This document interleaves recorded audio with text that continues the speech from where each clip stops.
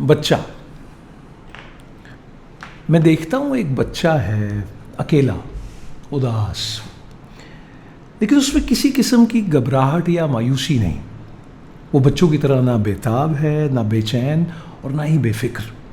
بڑی عجیب بات تھی، لیکن وہ بچہ اتنا اکیلا بھی نہیں تھا. اس کے ارد گرد ہجوم تھا، اور یہ ہجوم بڑے انسانوں کا تھا.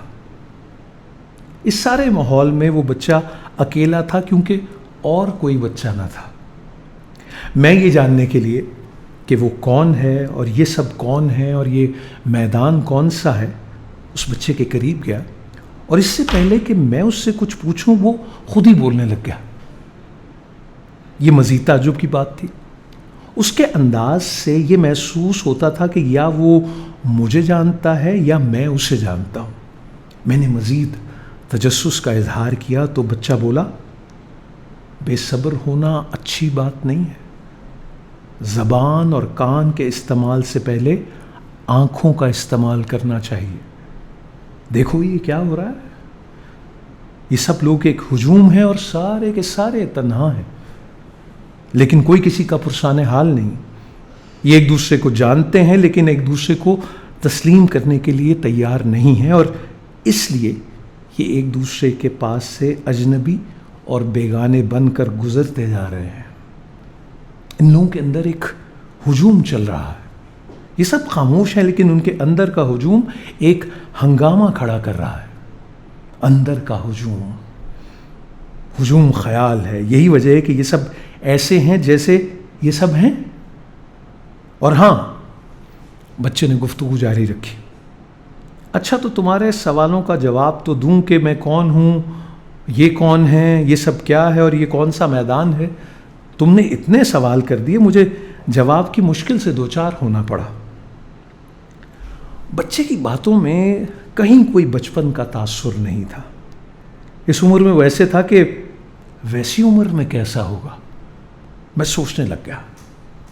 بچے نے میری حیرت کی پرواہ کیے بغیر اپنا بیان جاری رکھا. وہ کہنے لگا، یہ سب میرے رشتہ دار ہیں، میرے عزیز ہیں، میرے ہی ہیں، میرے ہی تھے. کل تک یہ سب میرے ساتھ تھے.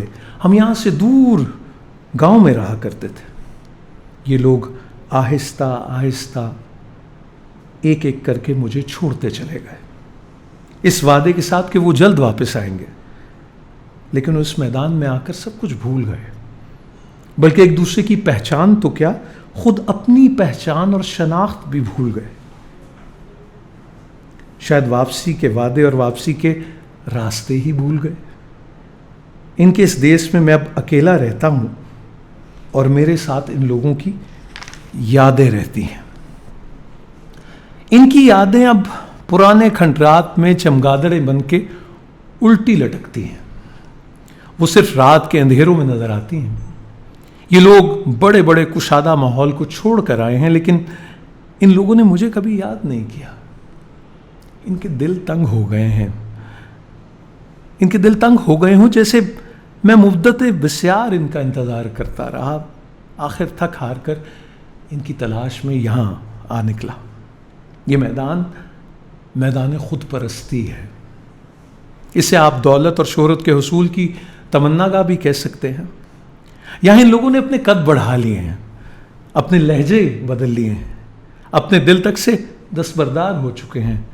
یہ لوگ یہ مشینوں اور کمپیوٹروں پر کام کرتے کرتے خود بھی کمپیوٹر ہو گئے ہیں. یہ سب مجھے دیکھتے ہیں لیکن پہچانتے نہیں. یہ لوگ میری آواز اور پکار سنتے ہیں لیکن ان کو اپنے کانوں پر اعتبار نہیں. یہ سب کبھی کبھی مجھے یاد کرتے ہیں لیکن مشینوں نے ان سے احساس چھین لیا ہے. یہ اپنے قد سے نکل کر اپنے اصل سے کٹ گئے ہیں.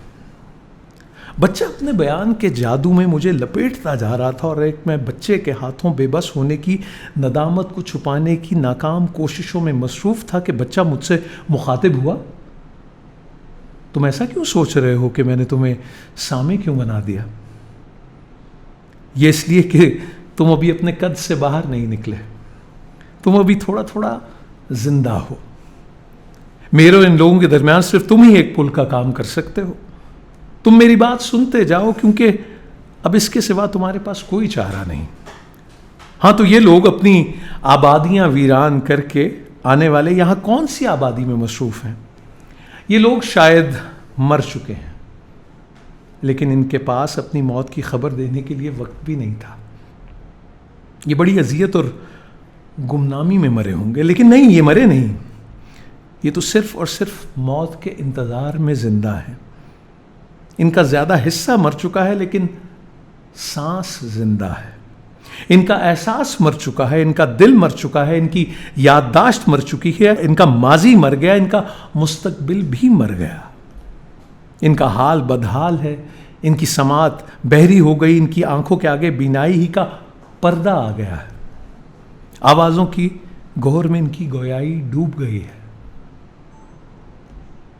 یہ سب لوگ کسی کے نہیں، یہ اپنے بھی نہیں ہیں، یہ محبت نہیں کر سکتے، یہ صرف مقابلہ کر سکتے ہیں، اور آخری مقابلہ موت کا مقابلہ ہے.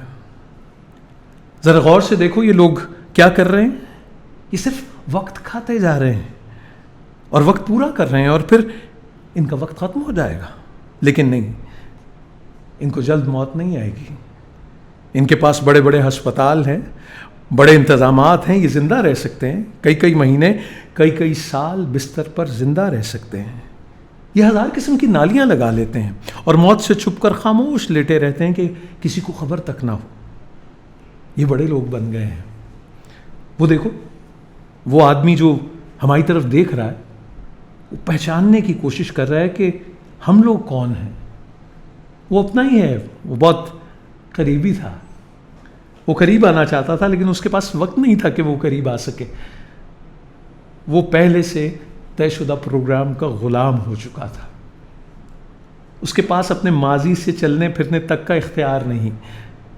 وہ ایک صاحب مرتبہ آدمی ہے، اس کے پاس اپنے لیے بھی وقت نہیں ہے. بچہ افسون کلام سے مجھے مکمل گرفتار کر چکا تھا. میں نے اس سے آزاد ہونا چاہا، میں نے چاہا کہ اس کی باتوں کو سنا انسنا کر کے بھاگ جاؤں. بچہ بولا تم مجھ سے آزاد نہیں ہو سکتے، تم بھاگ نہیں سکتے، تم میرے حلقہ تاثیر میں ہو. یہ دیکھو تم خود کیا ہو، تم غور کرو، تم میری طرح بنتے جا رہے ہو، تم خود ایک بچہ ہوتے جا رہے ہو. لو یہ دیکھو تم میری جیسے ہو گئے، لو تم تو میں ہی ہو گئے، اب میری کیا ضرورت. یہ کہہ کر بچہ غائب ہو گیا. میں نے دیکھا اس میدان میں اکیلا بچہ تھا. میں نے دیکھا اس میدان میں اکیلا بچہ تھا. میں خود ہی پکار رہا تھا کہ آؤ ہم لوٹ چلیں، آؤ ایک بار پھر عہد کہن تازہ کریں، آؤ ہم سب بن جائیں، آؤ تازہ ہواؤں کی طرف، مشینوں کو مشینوں پر کام پر لگا کر آؤ بھاگ چلیں، آؤ ہم قدرت کے نظاروں کے قریب ہو جائیں، ہم صداقت کے قریب ہو جائیں. آؤ 4 دن کی زندگی میں زہر گھولنا بند کریں. آؤ اذیت دینے اور اذیت لینے کے اذیت ناک عمل سے توبہ کریں. آؤ گزرے ہوئے زمانوں کو پھر سے یاد کریں. آؤ کہ ابھی تھوڑا سا وقت باقی ہے. آؤ گزشتہ سے پیوستہ ہو جاؤ. آؤ زندگی سے دکھ کم کریں.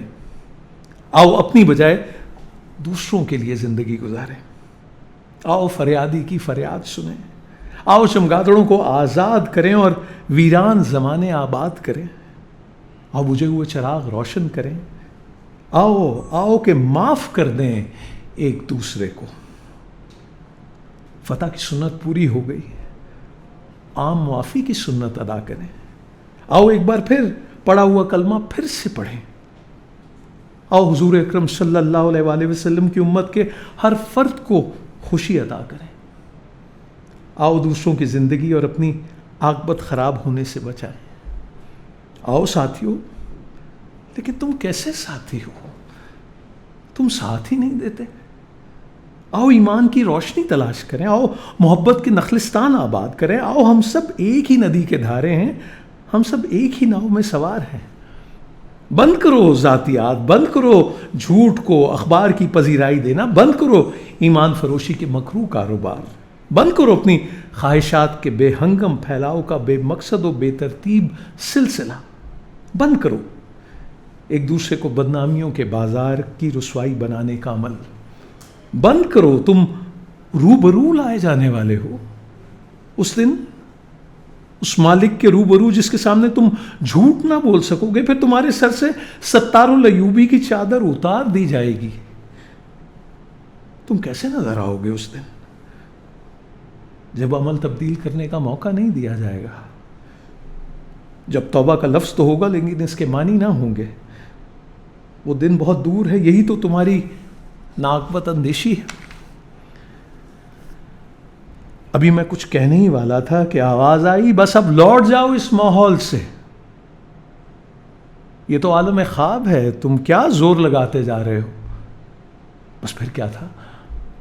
خواب سے بیداری کے بعد پہلا کام یہ ہوا کہ آئینے میں اپنے آپ کو دیکھا. میں پورا ہی تھا. شکر ہے کہ میں بچہ نہ رہا. لیکن میں ابھی تک سوچ رہا ہوں کہ وہ کون تھا اور میں کون تھا، اور یہ سب کیا تھا؟ کیا یہ واقعی محض خواب تھا؟